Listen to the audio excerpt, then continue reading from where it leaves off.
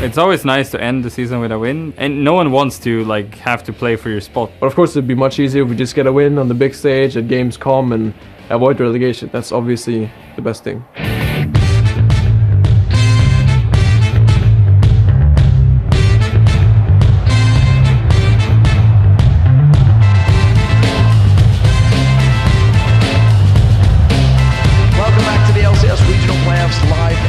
Gamescom. It's time for Game 2. This is the 5th place matchup between Team Alternate and Ninjas in Pajamas. And after the insanity of Game 1, Bjergsen and Ninjas in Pajamas snatching victory from the jaws of defeat, they're now only one win away from securing their spot in the Season 4 Spring Split. Yeah, and coming back for a win like last game with 2 inhibitors down doesn't happen very often. No. The reason that they could make that comeback kind of was Freeze and Bjergsen were just dominating the game and eventually managed to take over. Freeze versus Creaton in that lane.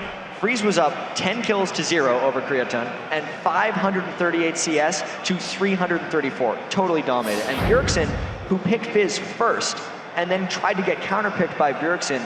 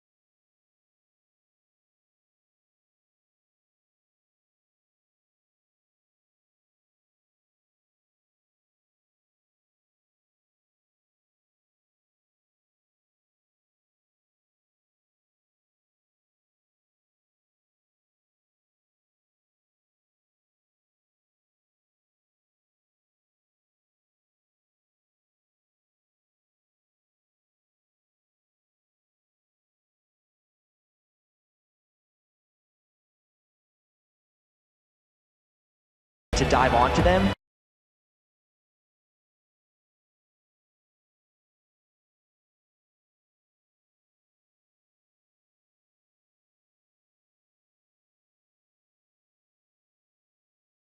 Yeah.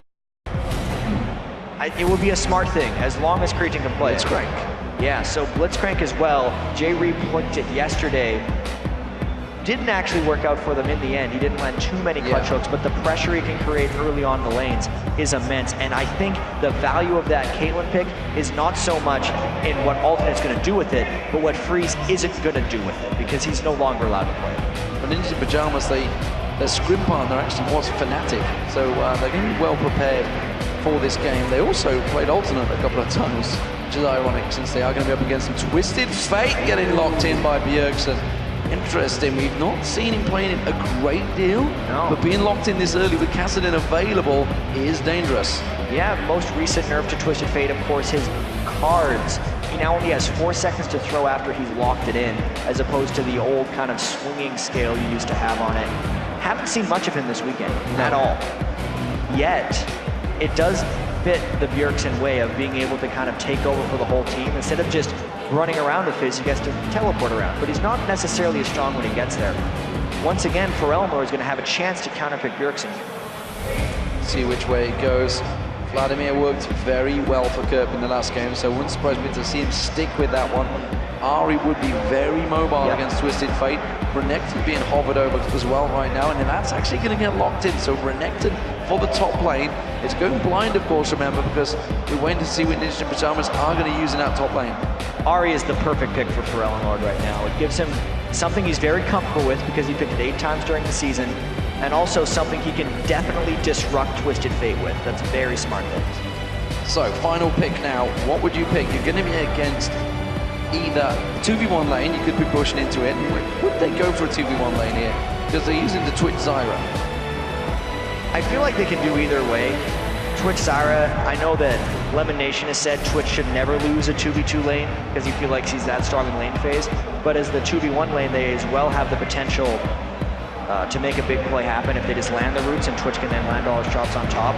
And yeah, I'm really wondering what Myra's going to go for here, because without Shen, he doesn't have much success on hardly anything. He's 1 and 2 on Yorick in the year. He could use this to duplicate Twitch, but you're shaking your head. His Yorick has not been good. It has not been He good. hasn't had... He got smashed and manhandled by Wicked on Aatrox. Renekton is a similar type of champion, I guess, in terms of bullying potential. Yeah. Not convinced.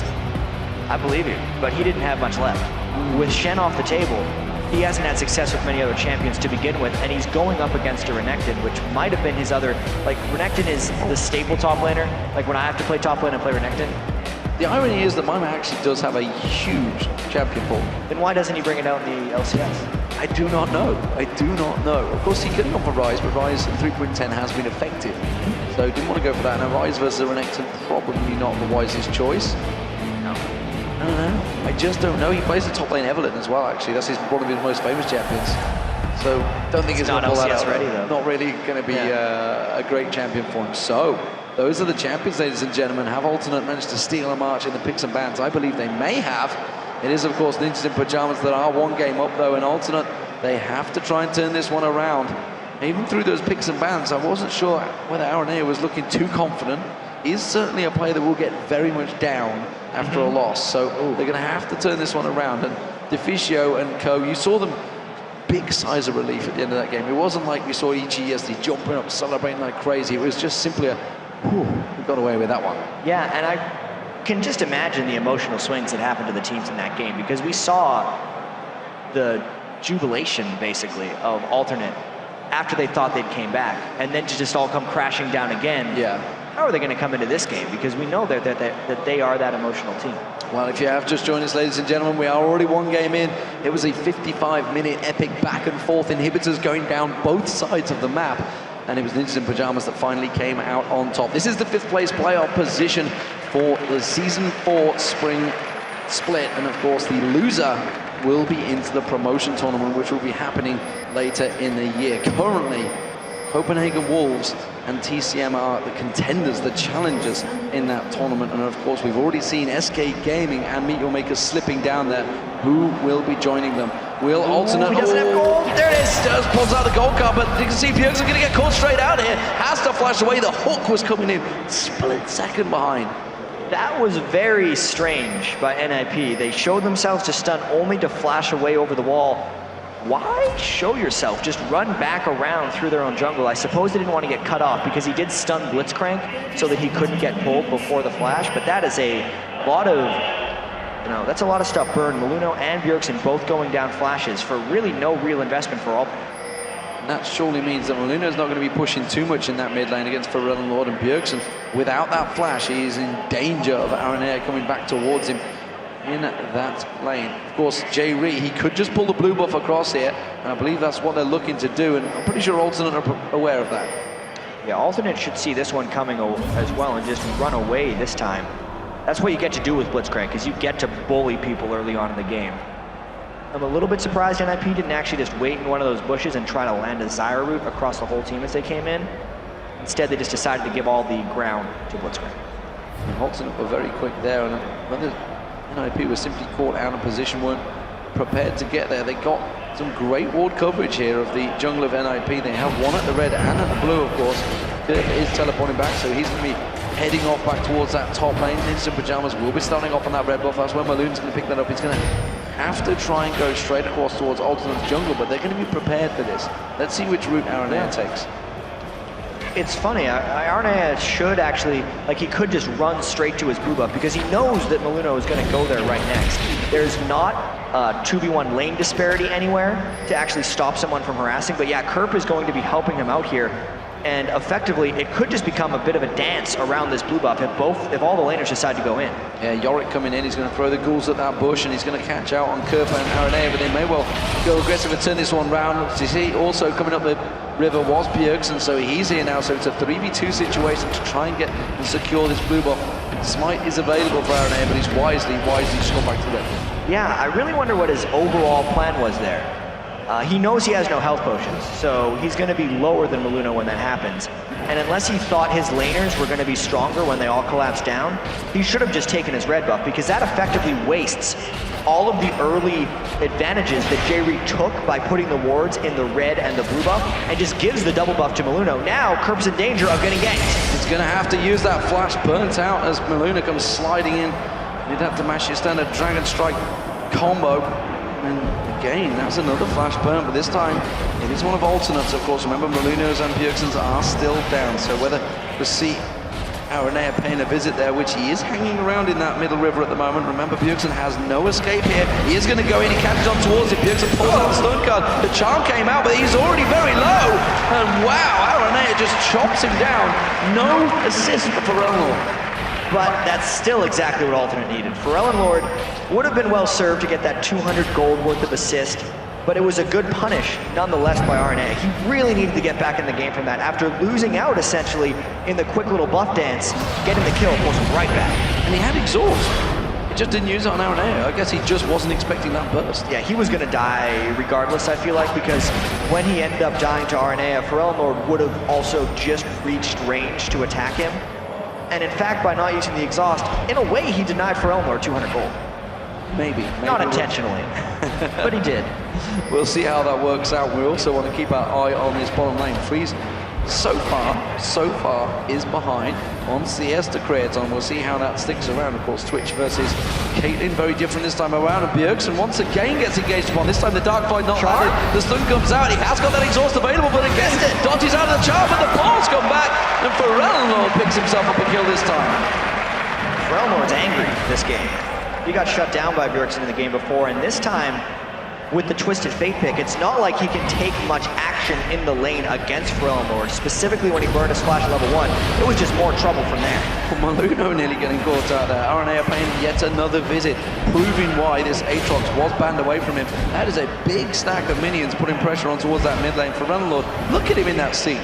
How relaxed does he look playing this game?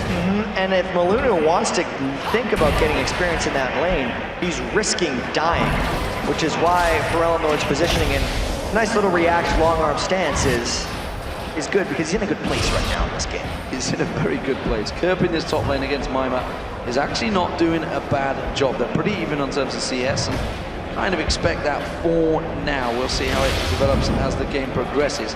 Freeze just tipping ahead in terms of CS. Of course, that's simply because he's just pushed the lane back, and Creaton going back to buy, gets himself a Vampiric Scepter starter item.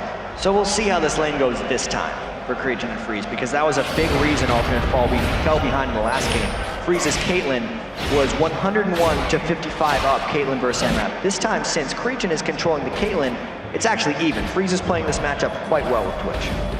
So we'll keep our eye on Aranea. He's got that kill and assist. He's just about to go back and buy. I guess it's going to be a fairly standard item, actually, because he's gone different. He's got normally double Dorans on that Aatrox as the jungler, but this time he's got the boots of mobility already. Yeah. So I think the reason he did this is he generally does go boots of mobility, but it's a little later. Because he got that early kill and he knows how hard he's been able to punish Bjergsen, anytime you get a bit of an edge on a jungler, you can always kind of roll the dice and say you're going mobility boots. Since you are stronger than the other jungler already, you can sacrifice some of that fight strength to get around more and just make more ganks happen. And looking at Ninja Pajamas, they've just had, 4 of them had Here wards. it comes. They'd realize how much they could get punished by Aranea, and Oh, Freeze and D4G2 has no flash. If they get anything on him, he's dead. He's going to lay a plan down. Oh, he's just going to face check straight in there. He gets slammed on down there. The hook doesn't find his target, but it doesn't matter. There's enough damage coming out towards D4G2. He's going to go down. It's Aranea that picks up the kill. Maluno, though, he's coming around in reaction. I'm not sure they've got the damage on this one. They have a very good slope. Jamie's going to get caught out. It's actually going to be Aranea. Aranea gets focused down. That's a shutdown bonus for Maluno. That was a nice attack by Freeze. Even though it was a 3v1 gank, it was a little sloppy for Alternate. They didn't land the slow on him, the hook missed, Arne did get the knock-up with his Q, and it delayed the kill long enough that Maluno could come down, and Freeze was putting damage on Alternate the entire time, which allowed Maluno in the end to pick up a return kill. Feel if Forellenlord had landed those flash strike with the orbs, he could well have flash ignited there, and that would have been Bjergsen going down.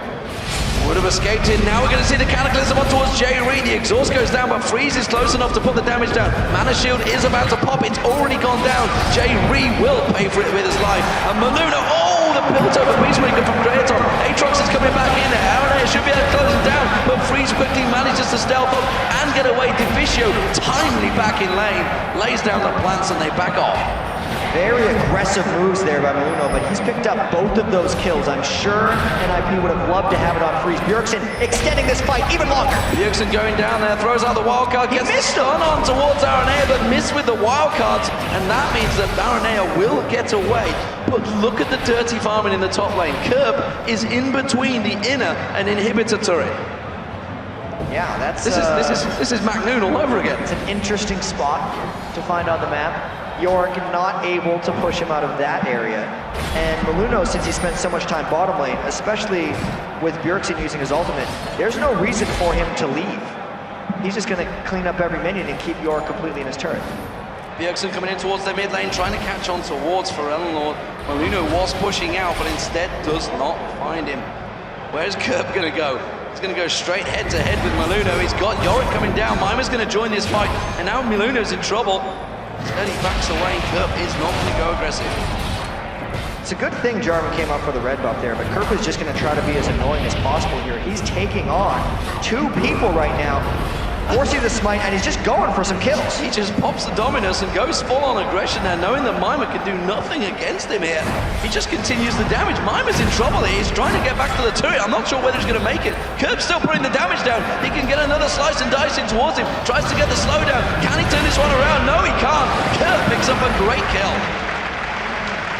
I don't know what Mimer was doing over there. They cannot deal with this Renekton right now for Kerp. He basically 1v2'd. Little bit of trouble. Called it. I didn't say that you were wrong with that York pick. No, absolutely. I have no faith in Mimer's Yorick pick, I'm afraid, in the LCS. He may well be able to pull it off in solo queue, but here in the LCS, players know how to deal with it. Sunfire Cape almost ready for Kerp as well. Now we are seeing that, oh, Bjergsen's going to get charmed up, and Forellenlord dives in there. Spirit Rush gets used, he gets away. But Forellenlord with the Ignite does get the kill on Bjergsen. And it seemed like a very timely exhaust when Bjergsen put it on Forellenlord, but it wasn't quite enough because the Ignite was able to tick through it. That just is a very difficult lane for Bjergsen, and he's not going to be able to get much help just because Mimer is done for in that top lane, and Maluno has been putting a lot of time into Freeze. So Aranea backs off. He's been successful with his gank so far, but goes back and by. Sunfire Cape almost ready for Kerp as well. He's back in that lane against Mimer. And Mimer, I don't understand why he's coming out of the lane now. He's already proven he's just been taken down on the turret. He's still trying to put some pressure down. He has just gone back and got himself that tier. But really, it's simply armor stacking right now for him. Yeah, he's just surviving and trying to farm as much as possible. And since his lane is pushed up in the top lane, that's why he was pushing out. Kerp wasn't going to fight him on top of all those minions. He's basically trying to avoid what happened to him a couple minutes ago, where if he keeps the lane up, then Kerp can't get past him to do that in-between turret farming that ended up creating all the disaster. Forellenlord, Spirit Rush once again used on towards Bjergsen, throws out the balls, hasn't used the charm yet actually. Spirit Rush once again, there's the charm, perfectly timed as the yellow card was pulled. Oh dear, that Ahri's going to be getting out of hand at some point. At least Bjergsen's stopping him from roaming, in a sense, going to the bottom lanes because he's just dying in mid lane over and over again. Lord is going to be a problem. Yeah, 0-4 on Bjergsen. Compare that to the last game on Fizz, it's very different. Aaron, look at this, he's already started off the Dragon. Ninja Pajamas cannot even contest this one, not even close to it. Alternate will take this one, a well-earned Dragon. Yeah, this looks to be Ultimate taking absolute control of the map. I mean, we were wondering how they're going to recover from that disaster they had near the end of last game. Turns out pretty well. The pick and ban phase, for one, was fantastic for them so far. And then their execution, specifically in the mid lane, has been fantastic. So, as it stands, Kerp, once again, dirty farming between the lanes, keeping Mima in all sorts of trouble, and look at the CS difference that's starting to gather there. It is a huge differential in that top lane. Yeah, 111 to 65, and now Maluno's actually coming around the bottom lane, gonna be going potentially for a fight. Oh, he's just going in. J-Re extremely low right there. Freeze finishes him off, and Ferelnor goes in the mid lane as well. Bjergsen can't necessarily get that card locked in time. He is in just absolute chaos amounts of trouble. Oh! Bjergsen also taken incredibly low here. Ferelnor well in the mid lane. Close stuff. As it is, Kerp is keeping the pressure on Mima in that top lane. He has managed to take that turret almost down because he just keeps pushing the minions in there, and Mima's having a problem just clearing them out quick enough because he just continues cutting through those lanes, farming it out. Mima doing what he can to keep them away. Creaton, meanwhile, in that bottom lane, of course, he's building up the CS, but he has no advantage over Freeze, and Freeze, well, he went for that triple Doran's Blade build. Yeah, Freeze is definitely going for a little bit of early game pressure right here. You can see triple Doran's plus the Bilgewater Cutlass have already been taken down here. He's going to be going for that Blade of the Ruined King, and he really just needs enough power to take on Creaton 1v1 because everything else is going wrong. This is going to be a 2v2, and it's going to be Kerp diving up towards Bjergsen. Aaron comes in, gets that Dark Void down. Bjergsen going so low. He does manage to get the ultimate off there, Mima, but Aaron is going to walk away from this one. Kerp at the moment locked up, taken down. He tries to turn on towards the Fissure. That dominance still ticking. He's doing a lot of damage, but he will finally get taken down by Bjergsen. And thank goodness they were able to take him down at this point. He was dominating that lane so incredibly hard.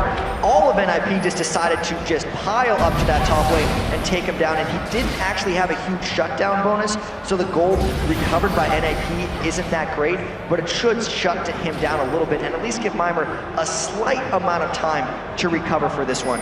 Across the other parts of the board here, you can see the rest of Ultimate still pushing up because they're not wanting to let that kill go to waste. Ferelnor still dominating, Kerp still dominating. Creaton's really the only person in lane so far that hasn't completely taken over, as Freeze has held on pretty well. And J-Re lays in wait down that bottom lane. You can see that Freeze was looking at coming down there. He doesn't want to walk into that hook. There's pings on towards him. A lot of pings in that bottom lane actually now, covering out the blue buff. We do see J-Re coming up here. He's not going to try and go, not going to contest. Ferelnor was close enough, but not just in time. I'm actually surprised that they're still even giving Bjergsen blue buff with how much he's dying to Ferelnor at these points. Like, Ferelnor seems to be able to kill him at will, and almost giving it to Maluno would allow him to help out maybe a little bit more. They're running a real risk here of just actually getting that blue buff for Ferelnor.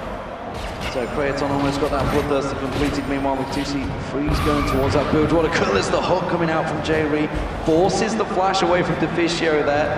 That's not going to be available. We're closing in on 16 minutes so far, Jack. Now one Dragon picked up, another charm on towards Bjergsen. Bjergsen this time still continuing to be aggressive. Will land the stun. Spirit Rush comes out for Ferelnor. He goes aggressive. He goes up towards Bjergsen. Spirit Rush is away, and he's gone. He is out of it. No! The flash from Maluno gives him the 500 gold shutdown bonus. Huge amounts of gold to Maluno, but it doesn't go to Bjergsen yet again. And in a sense, NIP was able to get blue to Maluno anyway, because they did briefly give it to Ferelnor, and it bounced back, and Maluno has to make things happen. They're just going right back for that buff though. They want that buff straight back. It's going to be Aaron now, double stacked in there. Kerp comes in again. Kerp is an absolute terror. 60 CS advantage now built over Mima. And even though RNA has been the beneficiary of a couple of those kills over in the top lane, so much of that power is created by Kerp. Let's see if RNA is able to hold on to that blue buff for longer than a few seconds. Yeah, I mean, the advantage is gained is the fact that he's not needed at the top lane there. Kerp is just dominating it, so Aaron is just like, well, in that case, I'll just babysit the middle and bottom lane, but then he thinks, well, I don't not even need it in the middle lane, because Bjergsen is getting dumped on from a great height by Ferunlord. Yeah, this is one of those tough times in the jungle where both lanes are like, gank please, I need help. And they're like, you're just gonna die if I come to gank your lane, man. And then exactly the same thing happened when he went to gank mid because Bjergsen died again. Words of a true jungler there, I believe. I'm sure you maybe heard a few of those times with your wonderful AD carry you had in Dignitas. Oh, the hook actually not going to land. D4G2 there taken still very low. The charm comes out for Unload, but Aaron is the one that's going to drop it. He's got his passive available. The Bloodwell comes out there. D4G2 does get taken down, does fire off his passive, but not in time. And now they're going to keep going on towards this one. Aaron, he's going to try and get away. The exhaust will be enough to buy the time. The power fist from J-Reed. Bjergsen's going to give chase. Bjergsen gets on towards Aaron. Now it's going to be a J-Reed trying to run away. Cataclysm comes out. He uses that mana shield. Is it going to be enough? Pulls in Mima in towards the turret. Kerp doing damage now. Kerp could go for all of these here right now. Slice and dice across. Maluno's trying to get away from this one. Freeze is trying to guide him out. Kerp will go down eventually. And what a fight. It was a 3-for-2. Eventually, NIP came out top. And Bjergsen got another one with the teleport at the end of that. This was a fight NIP took because Creatine wasn't even there. That's exactly what they need to really start pulling themselves back in this game, catching them essentially in a long, chaotic fight. And by the way, the blue buff has been traded around all the way back to Bjergsen. How long is he going to have it? That's about the 5th time it's traded. It is bouncing around the map. And well, while all that was happening, Creatine in that bottom lane actually continued the farming. So he now has built himself a bit of a CS advantage over Freeze, but Freeze, he was picking up kills in the mid lane, so it doesn't matter because, well, the advantage is gained. But it was an objective taken down, and now Alternate are 4-1 up in turrets. They have done a great job because it was the inner turret he took out. Yeah, getting that inner turret keeps the gold lead large for the most part. It's 6,000 still, and after a great turnaround fight by NIP, you would have expected to close a little bit more. It definitely shows they need to have more great fights if they want to come back. And Alternate, their wins, their best wins, their greatest matches came from chaotic play like this. This is how it works out for them, and it's how they seem to have just developed that solo queue mentality that obviously the team was effectively created from. It was created from the highest elo players in the Europe, which was Kerp and Ferunlord. They were the original bases. I think it was what, 3,000 elo, 2,950 for Kerp and 2,900 for Creatine, way back when elo mattered. But right now, of course, it doesn't. But the league system.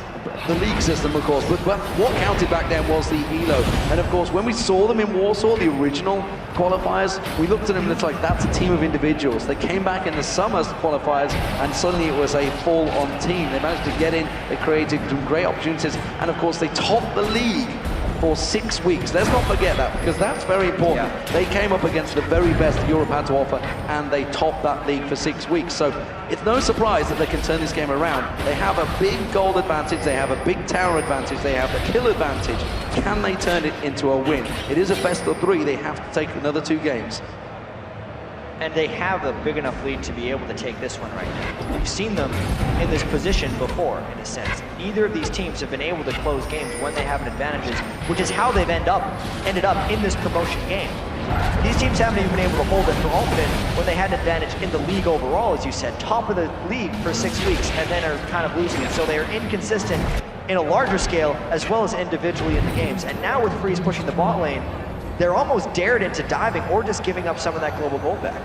Kerp is now nearly 100 CS ahead of Mima. He's nearly hit 200 before Mima hits 100.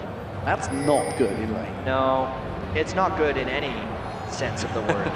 The thing is, this is almost what NIP did to Alternate in the last game, in the sense that Freeze was that far ahead of Creatine, but this time it's the other way with Mima ahead of Kerp.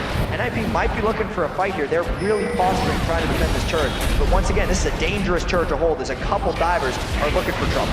It's going to be the hook. It's Maluna gets pulled in there. They dive straight on top of him. Are they going to have enough damage? He slides away. Kerp goes aggressive, and he does manage to take him down. Pulls back in there. Tower dropped as well. So NIP, if they chase on this one, they have no tower support. You can see the stun guard not going to come in there. Ferunlord gets the charm on towards Bjergsen. He survives out of death by a grasp. Meanwhile, at the back, they went a little too deep. And Alternate, well, they force NIP back once again. Yeah, and the timing on that death from Maluna was very unfortunate. He had the Yorick ult on him as he was trying to Cataclysm, but he died pretty much mid-flight. So he revived, lost his cooldown, but never got the Cataclysm to actually generate, which is what NIP would have needed to stick around and maybe actually turn a couple kills back on that fight. But as it was, they lose the turret and 1 kill. So, Ninjas in Pajamas really pressed up against it now. 6-2 in turrets. All those outer and inner turrets are down. And Alternate now have the option. Oh, look at this. Aranea with that ward down. He wants to go for this one. Bjergsen just trying to buy his time, and instead he's forced away by Maluna's presence. Definitely seems like NIP is trying to stick around, but the goal lead is not participating right now. It's not helping them out because they're not able to farm. Mimer was so ridiculously shut down by Kerp. Lord can kill Bjergsen by looking at him, and really it's all going to come down to Freeze.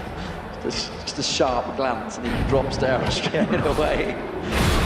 Kerp, though, I mean, he is a brick wall. He's got that Randian zone, the Sunfire Cape. Now he's also building a bit of magic resist in there with that Negatrons and the Mercury Treads. Doesn't want to get locked down, doesn't want to get dealt with. Bjergsen's stun cards are not going to do a great deal against him. So, I really don't know who's actually going to be able to kill him. They're going to have to completely focus him or just simply ignore him, in which case the rest of the team will be the focus. Lord with so much damage towards Maluna. That's not what they needed. And now Bjergsen throws out that stun collar curve, just as I mentioned, but as I said, he's so tanky. Maluna's shadow being used there effectively. That's going to get dropped as well. So the ultimate BU news from Mimer, that omen of death is just not going to help them out. Too many slows landing on him there, which allowed the hook to come down. And NIP actually needs long and drawn-out fights, which don't happen when someone gets hooked in beforehand. Those are the quick, decisive, you lose fights. Another charm. The charm on towards Mimer. Is it going to be enough? The build over comes in, and the hook on Freeze pulls in the rat, and he had no chance now. Deficio, he's going to get focused on. This could be a very quick finish for Alternate here. They are just wrecking, and that is a triple kill from the highest KDA man. The timing on these kills could actually be enough for Alternate to maybe end the game. These death timers are 20 seconds. Maluno is the only defender. We're showing the replay, but they might actually think about going for some Nexus turrets as they get the hook that started this fight. Yeah, they managed to get in. Of course, that was the damage they did. They are on the Nexus turrets. That's what we want to focus on, because Alternate could have got a 4-shot straight through here. Ninjas in Pajamas, I don't think they're going to be able to do anything about it. Maluno's the last man standing, and Alternate in 24 minutes are going to take down the Ninjas in Pajamas. What a crazy turnaround here. That is what you call a confidence kick. Wow.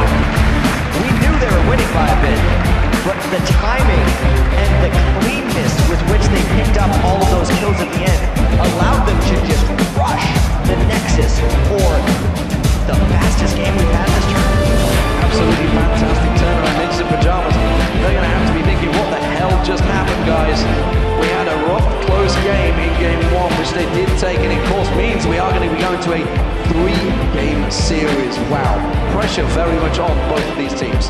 That just, we knew there was a lot of pressure on the floor. These guys have been within a couple games or 1 game of elimination many times here. Wow. NIP, 24 minutes?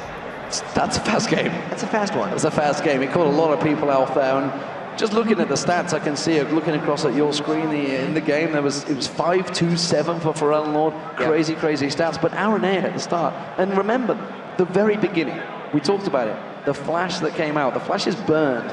The yellow card that was pulled out in that bush, that kind of effectively started the whole ball rolling. It actually did. And even before that, just how well Alternate's picks synergized with their playstyle. They got the flash off, punished it once or twice. Once that happened, Lord could deal with his own business in the mid lane. RNA had absolute freedom that game, so his farm style worked out to be efficient this time because his ganks always worked, and it just made him bigger than the game. But the same thing happened to all of their lanes in that game. Like, everything was working, which is generally what happens in a 24-minute game. Absolutely. So, to take a look at the key players in Team Alternate's dominating win, let's send it over to Joe and Jason.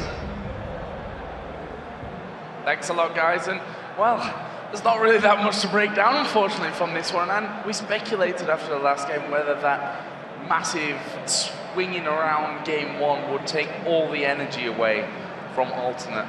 And apparently I couldn't be any further from the truth with that one, because they came into this one looking like a different team. We talked about whether Shen was too big of a factor with this whole Bjergsen, Mimer roaming team that they like to put down. And Well, that was completely out of things here. NIP actually banned that in a way themselves. Yeah, the thing is, the whole Shen, what worked out so well with their whole combo is that Bjergsen would just run an assassin.